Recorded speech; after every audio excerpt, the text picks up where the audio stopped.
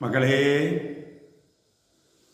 ജെറുസലം വചന കൂടാരത്തിൽ നിന്നും 3 മിനിറ്റ് പ്രാർത്ഥനയ്ക്കായി നമ്മളിതാ ഒരുമിച്ച് ചേർന്നിരിക്കുകയാണ്. വിദേശങ്ങളിലും സ്വദേശങ്ങളിലും വീടിൻ്റെ അകത്തും വാഹനത്തിലും ഒക്കെ ഇരുന്നു കൊണ്ട് ഈ പ്രയർ ലൈനിൽ സംബന്ധിക്കുന്ന മക്കളുണ്ട്.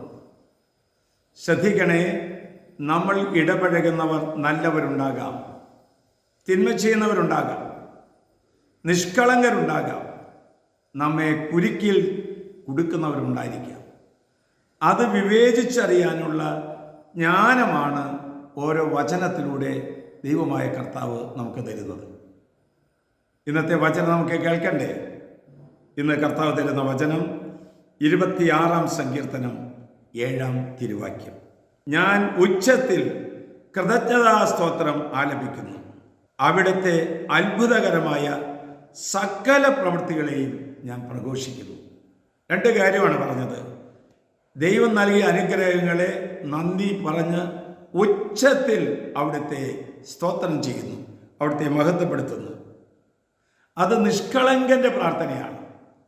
നിഷ്കളങ്കർക്ക് മാത്രമേ ദൈവം നൽകിയ അനുഗ്രഹങ്ങൾക്ക് നന്ദി പറഞ്ഞ് അവിടുത്തെ സ്തുതിക്കുവാൻ സാധിക്കുക.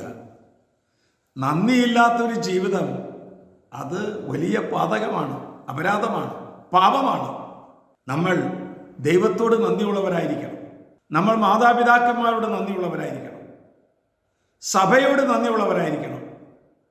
നമ്മൾ എവിടെ ജോലി ചെയ്യുന്നുവോ, എവിടെ താമസിക്കുന്നുവോ ആ സ്ഥലത്തോട്, ദൈവത്തോട് നമ്മൾ നന്ദി ഉള്ളവരായി തീരണം. പ്രിയപ്പെട്ടവരെ, നന്ദി പറഞ്ഞ് പ്രാർത്ഥിച്ചാൽ ജീവിതത്തിൽ അത്ഭുതങ്ങൾ സംഭവിക്കും. നന്ദി പറഞ്ഞ് പ്രാർത്ഥിച്ചാൽ ദൈവം നമ്മൾ അത്ഭുതങ്ങൾ പ്രവർത്തിക്കും.